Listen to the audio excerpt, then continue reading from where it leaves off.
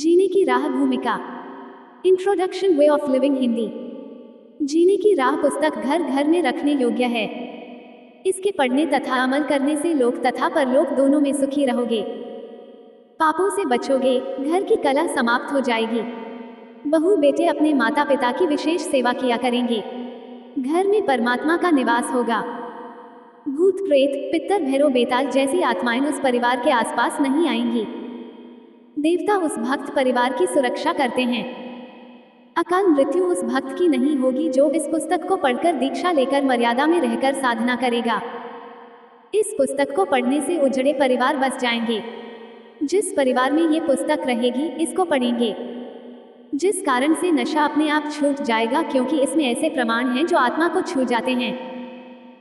शराब, तंबाकू तथा अन्य नशे के प्रति ऐसी घृणा हो जाएगी कि इनका नाम लेने से रूह कांप जाया करेगी। पूरा परिवार सुख का जीवन जिएगा। जीवन का सफर आसानी से तय होगा, क्योंकि जीवन का मार्ग साफ हो जाता है। इस पुस्तक में पूर्ण परमात्मा कौन है, उसका नाम क्या है, उसकी भक्ति कैसी है, सब जानकारी मिलेगी। मानव जीवन सफल हो जाएगा। परिवार में किसी प्रकार की बुराई नहीं रहेगी। परमात्मा की कृपा सदा बनी रहेगी। जीने की राह उत्तम मिलने से यात्रा आसान हो जाएगी। जो इस पुस्तक को घर में नहीं रखेगा, वह जीवन की राह उत्तम न मिलने से संसार रूपी वन में भटककर अनमोल जीवन नष्ट करेगा। परमात्मा के घर में जाकर पश्चाताप के अतिरिक्त कुछ हाथ नहीं लगेगा। उस समय आपको पता चलेगा कि जीने की राह उत्तम न मिलने से जिंदगी बर्बाद हो गई। फिर आप परमात्मा से विनय करेंगे कि हे प्रभु, एक मानव जीवन और बख्श दो। मैं सच्चे मन से सत्य भक्ति करूंगा। जीवन की सच्ची राह की खोज करने सत्संग में जाया करूंगा। आजीवन भक्ति करूंगा। अपना कल्याण करवाऊंगा। उस परमात्मा के दरबार कार्यालय में आपके पूर्व के जन्मों की फिल्म चलाई जाएगी, जिनमें आप प्रत्येक बार जब जब मानव जीवन प्राप्त हुआ था, आपने यही कहा था कि एक मानव जीवन और दे दो, कभी बुराई नहीं करूंगा, आजीवन भक्ति भी करूंगा, घर का कार्य निर्वाह के लिए भी करूंगा, पूर्ण सतगुरु से दीक्षा लेकर कल्याण करवाऊंगा। जो गलती अब के मानव जीवन में हुई है, कभी नहीं दोहराऊंगा, दोहराऊंगी। फिर परमात्मा जी कहते हैं कि अपने आप को तो मूर्ख बनाकर जीवन नष्ट करके आ खड़ा हुआ पापों की गाड़ी भरकर मुझे भी मूर्ख बनाना चाहता है। चल नरक में। फिर 84 लाख प्रकार के प्राणियों के शरीरों में चक्र लगा। जब कभी मानव स्त्री पुरुष शरीर मिले, सावधान होकर संतों का सत्संग सुनना और अपना कल्याण कराना। पाठक जनों से निवेदन है कि इस पवित्र पुस्तक के पढ़ने से आपकी 101 पीढ़ी लोक तथा परलोक में सुखी रहेगी। इसको परमात्मा का आदेश मानकर पूरा परिवार पढ़े। एक पढ़े, अन्य सुने या एक से अधिक पुस्तक लेकर भिन्न भिन्न प्रतिदिन पढ़े। इसमें लिखे प्रत्येक प्रकरण को सत्य माने, मजाक में न लें। ये किसी सांगी की बनाई नहीं है, ये परमेश्वर के गुलाम रामपाल दास द्वारा हृदय से मानव कल्याण के उद्देश्य से लिखी गई है। लाभ उठाएं। सत साहेब। लेखक पारिब्रह्म परमेश्वर सद्गुरु रामपाल जी भगवान जीने की राह। 2 शब्द। 2 words way of living Hindi. प्राणी की जीवन की यात्रा जन्म से प्रारंभ हो जाती है, उसकी मंजिल निर्धारित होती है। यहाँ इस पवित्र पुस्तक में मानव जीवन की यात्रा के मार्ग पर विस्तार पूर्वक वर्णन है। मानव स्त्री पुरुष की मंजिल मोक्ष प्राप्ति है। उसके मार्ग में पाप तथा पुण्य कर्मों के गड्ढे तथा कांटे हैं। आप जी को आश्चर्य होगा कि पाप कर्म तो बाधक होते हैं, पुण्य तो सुखदायी होते हैं। इनको गड्ढे कहना उचित नहीं। इसका संक्षिप्त वर्णन। पाप रूपी गड्ढे व कांटे मानव जीवन परमात्मा की शास्त्र विधि अनुसार साधना करके मोक्ष प्राप्त करने के लिए प्राप्त होता है। पाप कर्म का कष्ट भक्ति में बाधा करता है। उदाहरण के लिए पाप कर्म के कारण शरीर में रोग हो जाना, पशुधन में तथा फसल में हानि हो जाना। ऋण की वृद्धि करता है। ऋणी व्यक्ति दिन रात चिंतित रहता है, वह भक्ति नहीं कर पाता। पूर्ण सतगुरु से दीक्षा लेने के पश्चात परमेश्वर उस भक्त के उपरोक्त कष्ट समाप्त कर देता है। तब भक्त अपनी भक्ति अधिक श्रद्धा से करने लगता है। परमात्मा पर विश्वास बढ़ता है, दृढ़ होता है। परंतु भक्त को परमात्मा के प्रति समर्पित होना चाहिए। जैसे पतिव्रता स्त्री अपने पति के अतिरिक्त किसी अन्य पुरुष को कामपूर्ति सेक्सुअल सेटिस्फैक्शन के लिए स्वप्न में भी नहीं चाहती, चाहे कोई कितना ही सुंदर हो। उसका पति अपनी पत्नी को हर संभव कोशिश करके सर्व सुविधाएं उपलब्ध करवाता है, विशेष प्रेम करता है। इसी प्रकार दीक्षा लेने के पश्चात आत्मा का संयोग परमात्मा से होता है। गुरु जी आत्मा का विवाह परमात्मा से करवा देता है। यदि वह मानव शरीरधारी आत्मा अपने पति परमेश्वर के प्रति पतिव्रता की तरह समर्पित रहती है, यानी पूर्ण परमात्मा के अतिरिक्त अन्य किसी देवी देवता से मनोकामना की पूर्ति नहीं चाहती है, तो उसका पति परमेश्वर उसके जीवन मार्ग में बाधक सब पाप कर्मों के कांटों को बुहार देता है। उस आत्मा की जीने की राह सुगम व बाधा रहित हो जाती है। उसको मंजिल सरलता से मिल जाती है। उस आत्मा के लिए परमात्मा क्या करता है? उसको संत गरीबदास जी ने परमेश्वर कबीर जी से प्राप्त ज्ञान को इस प्रकार बताया है। गरीब पतिव्रता जमी पर ज्यों ज्यों धरी है पावे, समर्थ झाड़ू देत है ना कांटा लग जावे।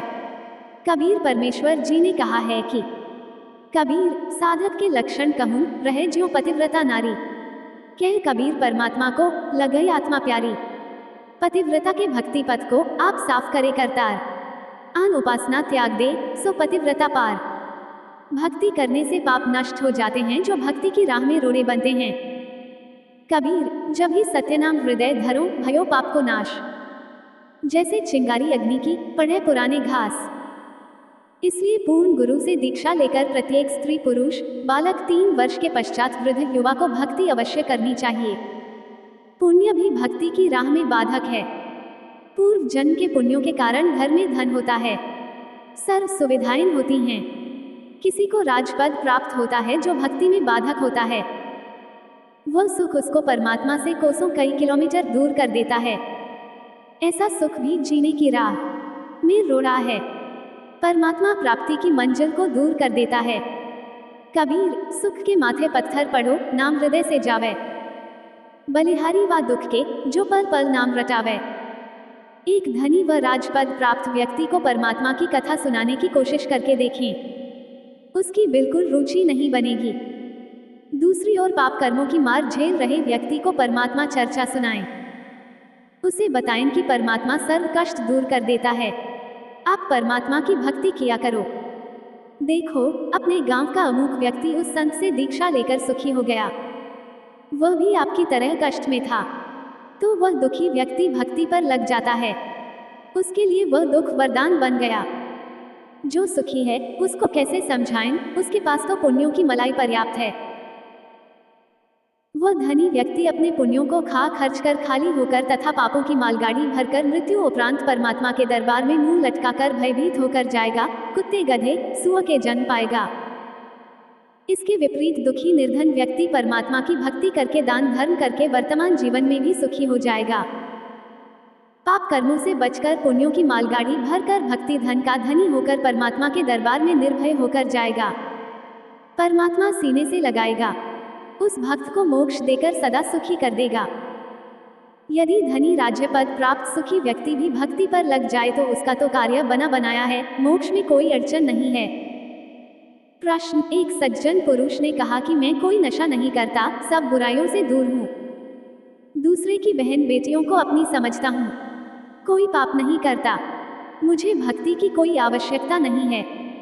सत्संग में ऐसे ऐसे स्त्री पुरुष जाते देखे हैं जो प्रत्येक बुराई करते थे, बदनाम थे।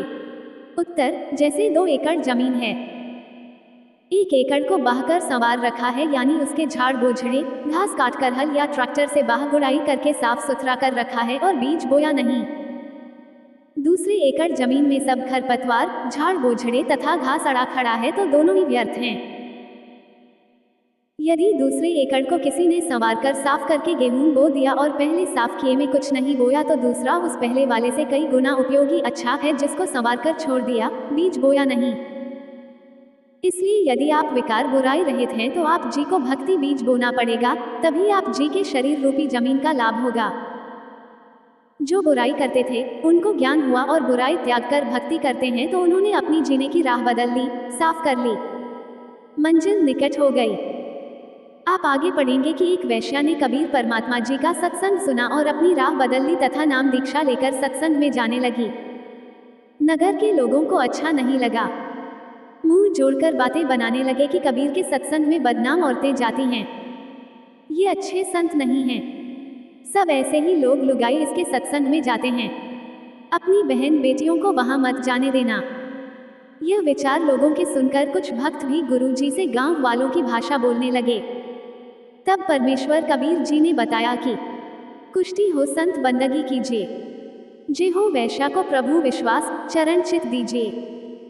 भावार्थ, यदि किसी भक्त को कुष्ठ रोग है और वह भक्ति करने लगा है तो भक्त समाज को चाहिए कि उससे घृणा न करे, उसको प्रणाम करे जैसे अन्य भक्तों को करते हैं। उसका सम्मान करना चाहिए, उसका हौसला बढ़ाना चाहिए।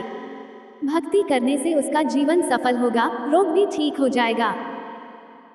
इसी प्रकार किसी वैश्या बेटी बहन को प्रेरणा बनी है भक्ति करने की, सत्संग में आने की, तो उसको परमात्मा पर विश्वास हुआ है। वह सत्संग विचार सुनेगी तो बुराई भी छूट जाएगी, उसका कल्याण हो जाएगा, समाज से बुराई निकल जाएगी। यदि वह सत्संग में आएगी ही नहीं तो उसको अपने पाप कर्मों का एहसास कैसे होगा। जैसे मैला वस्त्र जल तथा साबुन के संपर्क में नहीं आएगा तो निर्मल कैसे होगा। इसलिए ऐसी बदनाम स्त्री भी भक्ति करती है तो उसको भी विशेष आदर से बुलाएं ताकि उसको सत्संग में आने में संकोच न हो। यदि उसको रोकोगे तो आप पाप के भागी बन जाओगे। इससे आगे की कथा आप पुस्तक जीने की राह में पृष्ठ 107 पर पढ़ें, जिसकी हेडिंग है कबीर जी द्वारा शिष्यों की परीक्षा। श्रीमद् भगवत गीता के अध्याय 9 श्लोक 30 में भी यही प्रमाण है। लिखा है कि कोई अतिशय दुराचारी व्यक्ति भी है, यदि वह विश्वास के साथ परमात्मा की भक्ति करने लग गया है तो उसे महात्मा के तुल्य मानना चाहिए। वह संतों के विचार सुनकर सुधर जाएगा और अपना कल्याण करवा लेगा। इसलिए मानव शरीरधारी प्राणी को परमात्मा की भक्ति तथा शुभ कर्म, दान धर्म गुरु जी की शरण में आकर अवश्य करने चाहिए। पूज्य कबीर परमेश्वर जी ने कहा है कि कबीर, मनुष्य जन्म दुर्लभ है, मिले न बार बार। तरवर से पत्ता टूट गिरे, बहुर ना लागे डार।